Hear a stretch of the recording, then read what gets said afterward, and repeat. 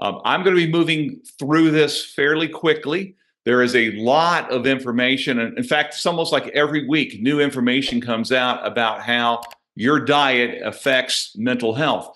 But I'm going to be moving through this very quickly, but you might want to take notes, and that's fine. There is going to be a link at the end of this. I've got a full report on this that you can get, no charge for that or anything, but that will give you also more information and practical steps about how to implement some of the things that we're going to talk about. If you're wondering who I am, my name's Richard Yaden. I'm a registered nurse and mental health and wellness coach. I'm also about 5 months away from completing my studies to be licensed as a psychiatric nurse practitioner. At that point in time, I will start seeing patients for medication management and therapy as well. Our goal today in this presentation, there's a couple of things that you're going to get, and I want you to understand from this. First, you're going to understand how the food you eat, the nutrients, the minerals, all of that can have a very profound effect on depressive symptoms. And either ignoring this or utilizing this can improve or even help someone recover from depression. The second thing we're going to do is I'm going to give you some practical, very practical information. We're going to talk about foods that you should be eating, foods that you should absolutely avoid, particularly if you're suffering from depression or you want to lower your risk of depression. And then again, I said, I'll tell you how we're going to get more info as well. First, a disclaimer, this has to go with any kind of healthcare presentation, and that is that this information is for information and motivational purposes only. It is not intended as medical advice. Medical advice should always be obtained from a qualified medical professional. Do not change anything if you're undergoing treatment for depression. Don't change anything that you're doing right now with what you hear without talking to your medical provider. And every effort has been made. All of the stuff that I do with my coaching clients and in these presentations is evidence-based, and everything I've been able to do as part of this is to make sure this is all evidence-based. So let's go ahead and get started. So let's talk about, first of all, just depression in general. Now, depression doesn't affect everybody exactly the same way. And for example, some people may experience a loss of appetite, while others may find themselves constantly overeating if they're depressed. Most people with depression have a hard time concentrating, making decisions, or remembering details.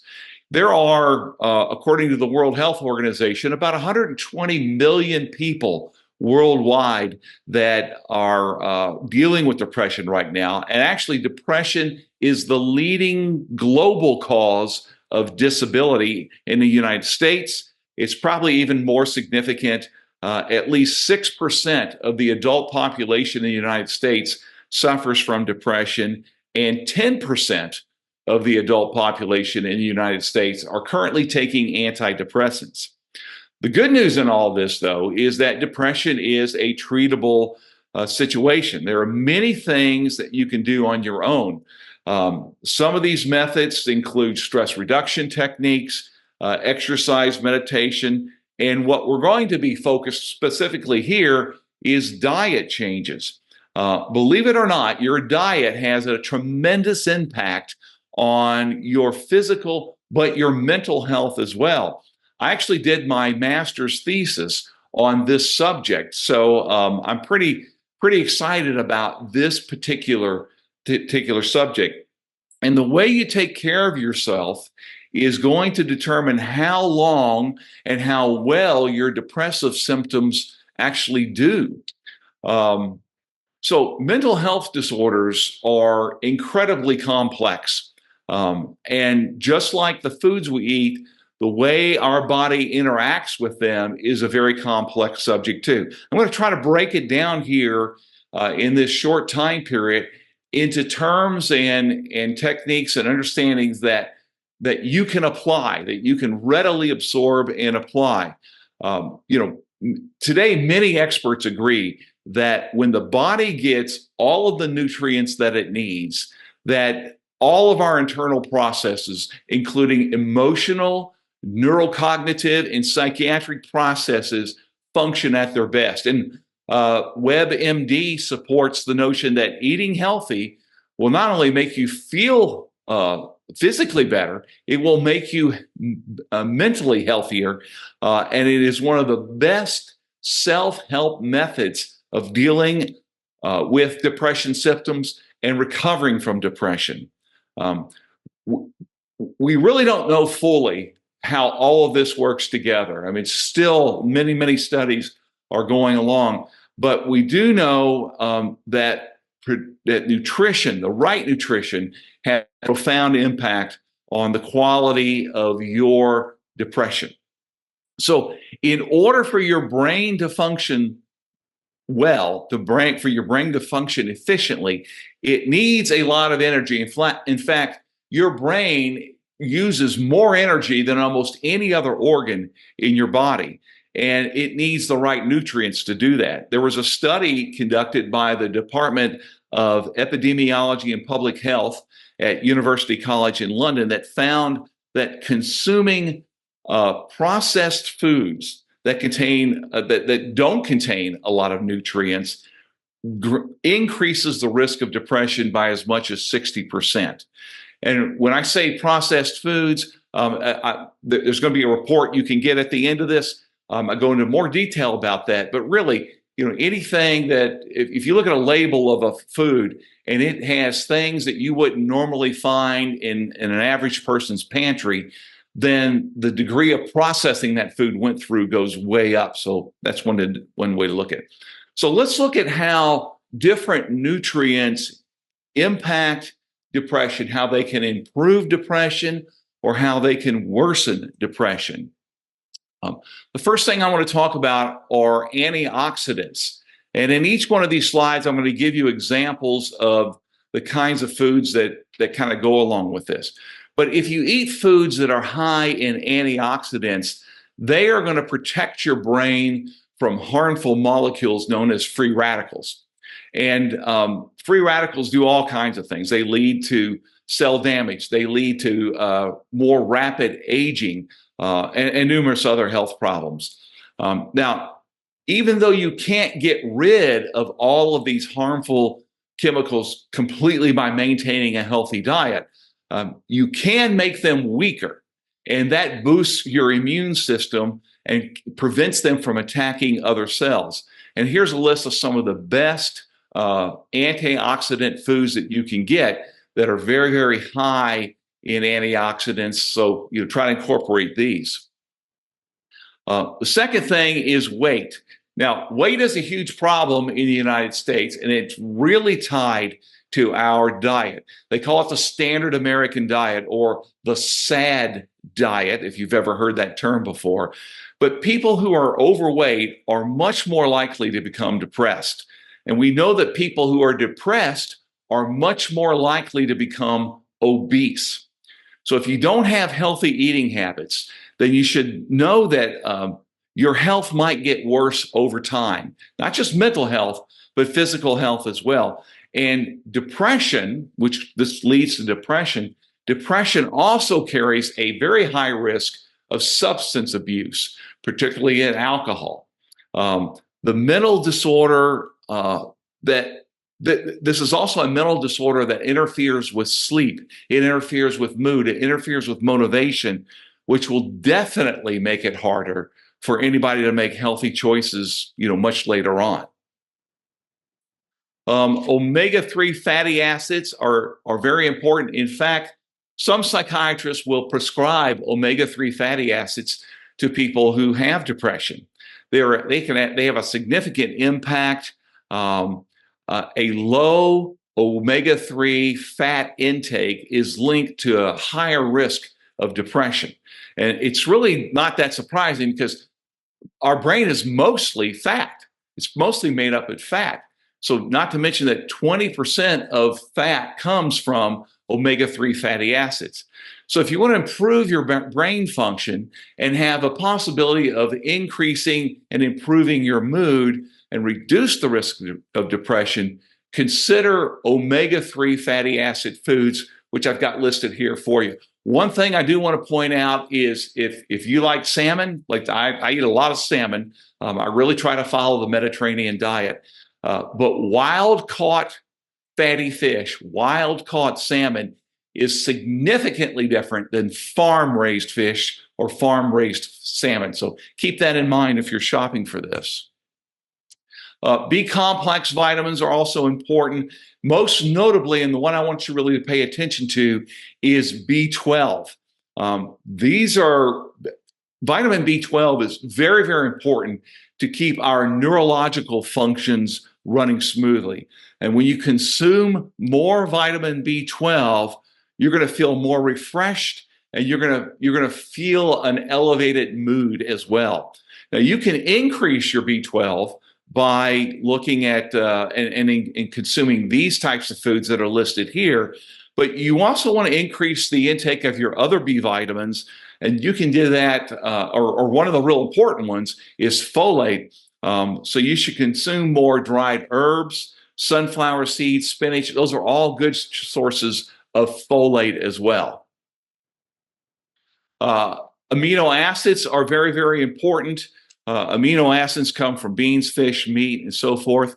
Serotonin is an amino acid. It's also let me back up. Serotonin is a very powerful neurotransmitter that is responsible for making you feel good.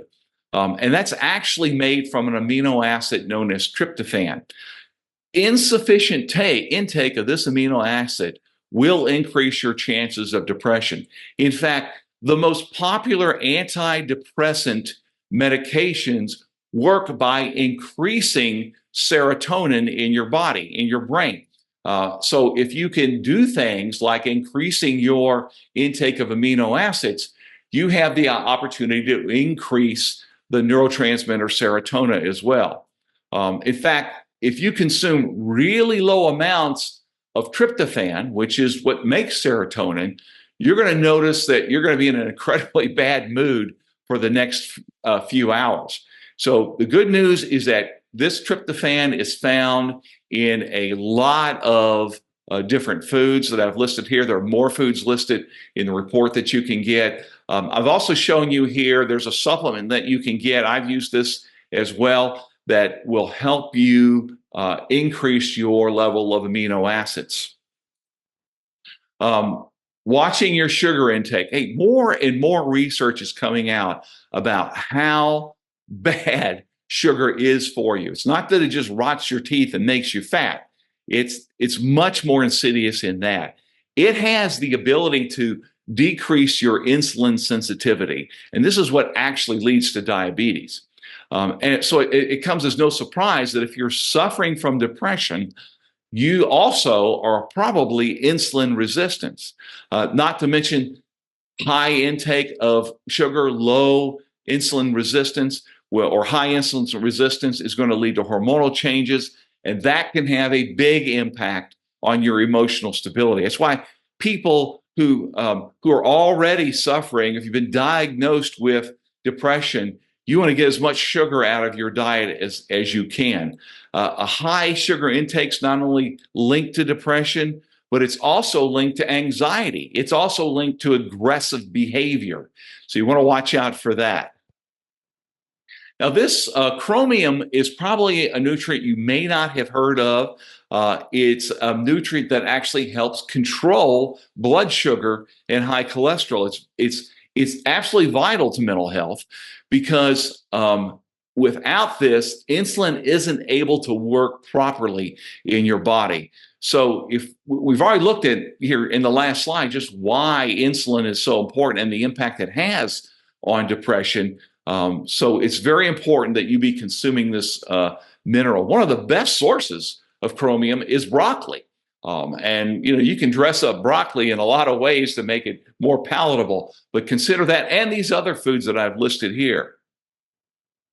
Selenium is another mineral. When it comes to your cognitive function, This is probably one of the most important and essential minerals that you can get. It's especially noted for making special proteins known as antioxidant enzymes. And this creates an antioxidant balance in your diet. That was one of the first things we talked about here, was the importance of antioxidants. And the way this affects depression isn't totally clear right now. A lot of studies still going on with this, but we know for certain that there's a link between depression and low selenium intake. In fact, there's clear evidence that suggests taking selenium supplements will actually help your depression. And here's some foods that you might try if you want to raise your level of selenium. So I know all of this might sound somewhat confusing, and it might be, but let me simplify this a little bit here. I'm going to break this down into two things that is going to be very helpful for you.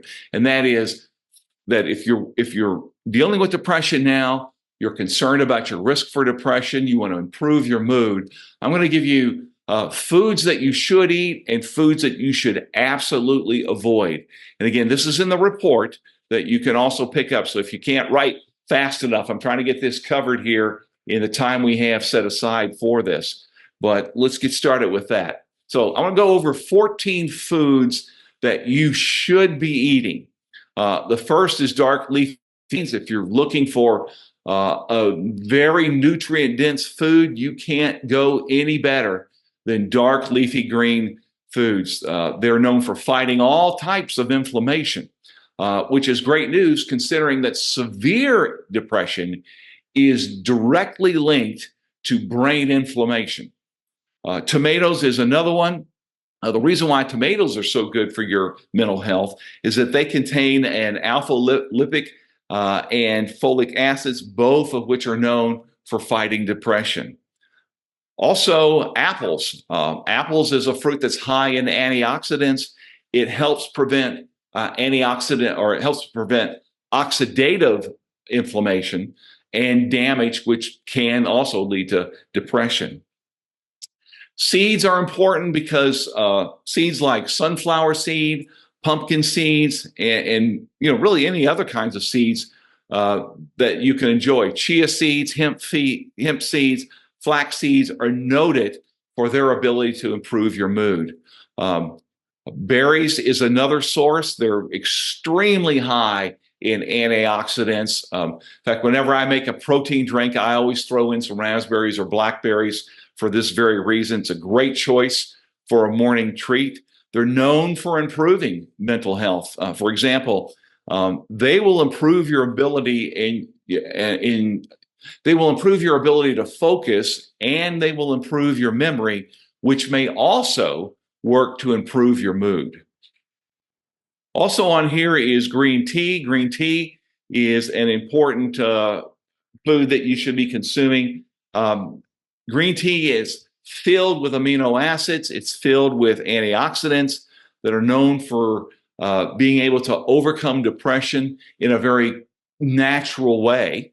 The particular amino acids in there are helpful. It's responsible for increasing dopamine as well, which is a chemical known for elevating your mood, and it increases those levels in your brain as well as reducing stress. Walnuts are a great example, very, very rich in the omega-3 fatty acids. You can eat them raw. You can put them in things that you cook. You can put them on salad. You can mix them up in your yogurt, whatever it might be. But these omega-3 fatty acids are known for improving brain function and reducing the symptoms, many of the symptoms that are associated with depression. Avocados. Hey, avocados can do wonders for your physical and mental health. They're filled with monounsaturated fat, and that is the good type of fat, which helps your brain work very, very smoothly. Half an avocado a day is ideal. Just be careful. Avocados are very high in calories, so if you're weight watching, you might want to pay attention to that as well. Believe it or not, mushrooms. Mushrooms are great for two very good reasons. One, they serve as a probiotic. meaning that they promote healthy gut bacteria. And I could do a whole nother presentation on how gut bacteria impacts your depression. Keep in mind that about 80% to 90% of our body's serotonin, and we talked about that earlier, very important neurotransmitter that regulates food, is manufactured and absorbed, regulates mood, not food, is manufactured and absorbed in our gut. If we've got a really messed up gut biome, really bad gut bacteria, then it can elevate your blood sugar. It can oppose the amount of serotonin that's being stimulated, created, and absorbed, and it can de-elevate, knock down your mood. So mushrooms is on the list for that reason. Onions is much more powerful than most people think. Not only are they associated with reducing your risk of cancer, but they also contain many anti-inflammatory markers as well. Mentioned this earlier, wild salmon. There's a huge difference between wild and farmed salmon. Even though farmed salmon is probably cheaper to buy, it can contain dangerous levels of mercury, which can significantly increase the risk of cancer. Now, let me stop here for just a second, because some people might say, well, how can it have dangerous levels of mercury? Isn't this regulated by the FDA? Yes, it is regulated by the FDA. It doesn't have toxic levels of mercury, but it can have dangerous levels of mercury in the sense that it can introduce antioxidants and toxicity in your body.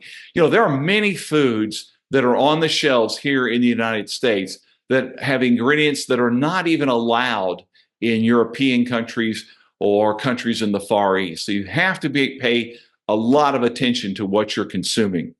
Wild salmon is noted for an abundant amount of omega-3 fatty acids, which help your brain work. It helps your brain work at an optimal level.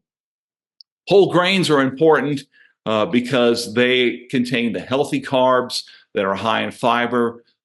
Complex carbohydrates can go a mile in helping you have a better mood. When you consume whole grains, your body will release that serotonin, and that lowers the risk of depression. Turmeric is a spice that's found in Asian, in a lot of Indian dishes. It's another great way to elevate your mood because it's known for its anti-inflammatory activity, as well as certain compounds that are associated with numerous benefits. And hey, aren't we all glad that this one's on the list? Dark chocolate. Hey, dark chocolate actually helps you release serotonin, which makes you feel happier. It also contains a lot of key antioxidants that are going to knock down the inflation. But remember, a lot of calories in chocolate, whether it's dark chocolate or milk chocolate. So you should really eat this in moderation. So there are, you have it, 14 foods that you can incorporate in your diet today. Those will also be listed with more information about them in the report you can get. But however, you got to remember, well, you got these that you want to be going after. There are some foods that I think you should absolutely avoid. One we've already talked about, and that's sugar. Sugar can cause depression or can even worsen your condition due to the fact that it elevates blood glucose levels, which in turn decreases the presence of a protein that helps with the growth of your neurons, your brain neurons. In other words, when you eat a lot of sugar, your brain cannot work at an optimal level. Artificial sweeteners. There is a dangerous subject we've all heard about it, called aspartame, that are in artificial sweeteners. The reason why this is so dangerous, certainly with respect to mental health and depression, is that it blocks the production of serotonin. Hey, we're back to serotonin again, a very important neurotransmitter. And when your body doesn't have enough serotonin, you can experience mood swings, you can experience insomnia, you can experience headaches, and depression. That's why antidepressants, many of them work to increase the amount of serotonin in your brain. Fast foods, if anybody lives in America now and doesn't know that fast food is not good for them, then you have not been listening to anything.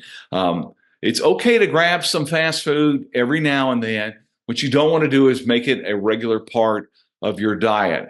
They're way too high in sugar, way too high in unhealthy fats.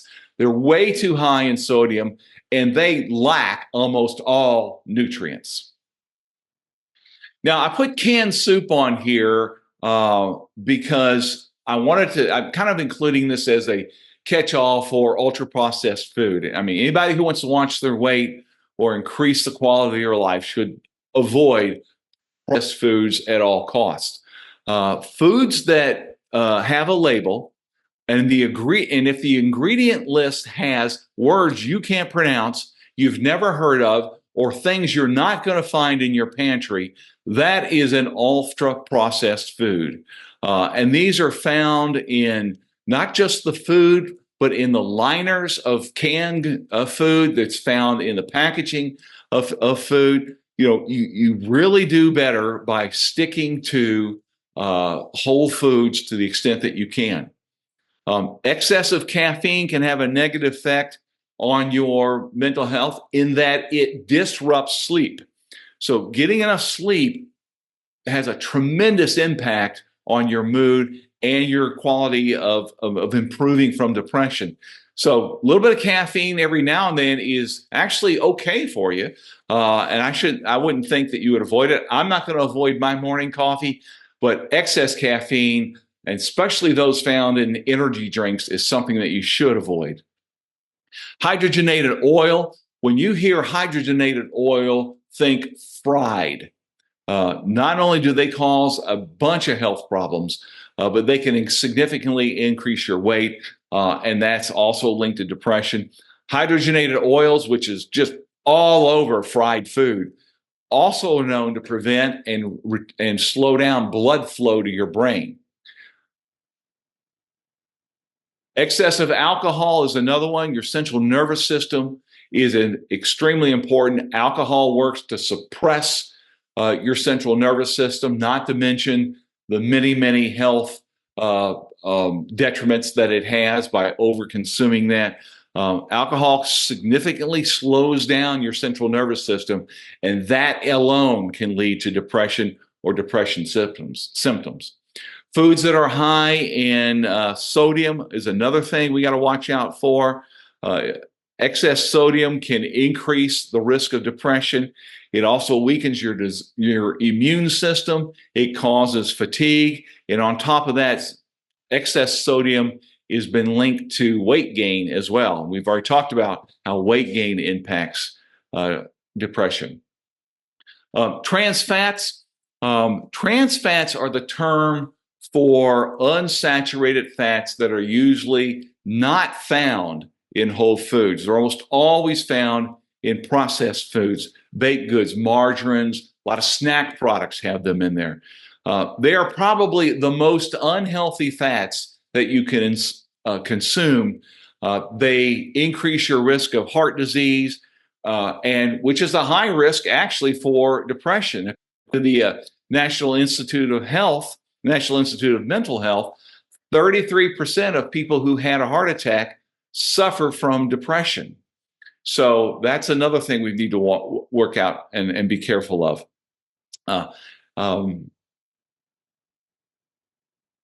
Refined carbs are another thing that we want to watch out for. Refined carbs are things like white starches. You can find them in honey, syrup, sweets, various types of junk food. Considering they are one of the leading causes of obesity, we want to avoid them. Consuming refined sugar, refined carbs, they may all taste good. They make you feel great for about 20 minutes. But after that, it's only a matter of time before that blood glucose level is going to plummet, and you're going to end up with a sugar hangover. All right, so we're almost finished here. If you've got questions, now would be the time to put them into that chat box. But I just want to say that there's no way to know how depression might affect you. It is, something that not all people experience the same way.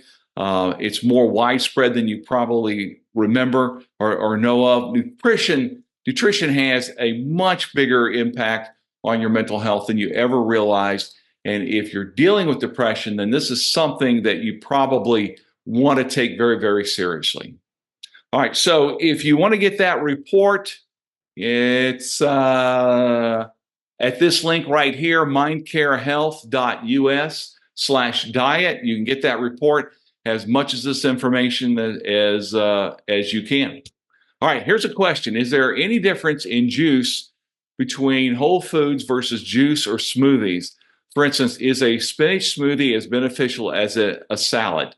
Really good question. Smoothies, the value of smoothies depends on what's in it. A lot of smoothies that you buy that you don't make yourself have a lot of sugar in them, so you want to watch out for that. However, you can also find the smoothies that you make yourself are probably going to be better for you. I would, if you had to pick between a spinach smoothie and a salad, I would go with the salad. The salad is going to help with fiber. Fiber is real important. It promotes your gut health, but that's not to say you can't go ahead and add. I buy a bag of baby spinach and I freeze it, and I always put a cup into every protein smoothie that I make, so I get a serving of that as well. Mushroom coffee, any thoughts on mushroom coffee? I am not familiar with mushroom coffee, so I'd have to look into that, and I can certainly get back to you. Sorry about it. I just have not had any I don't have any familiarity with mushroom coffee.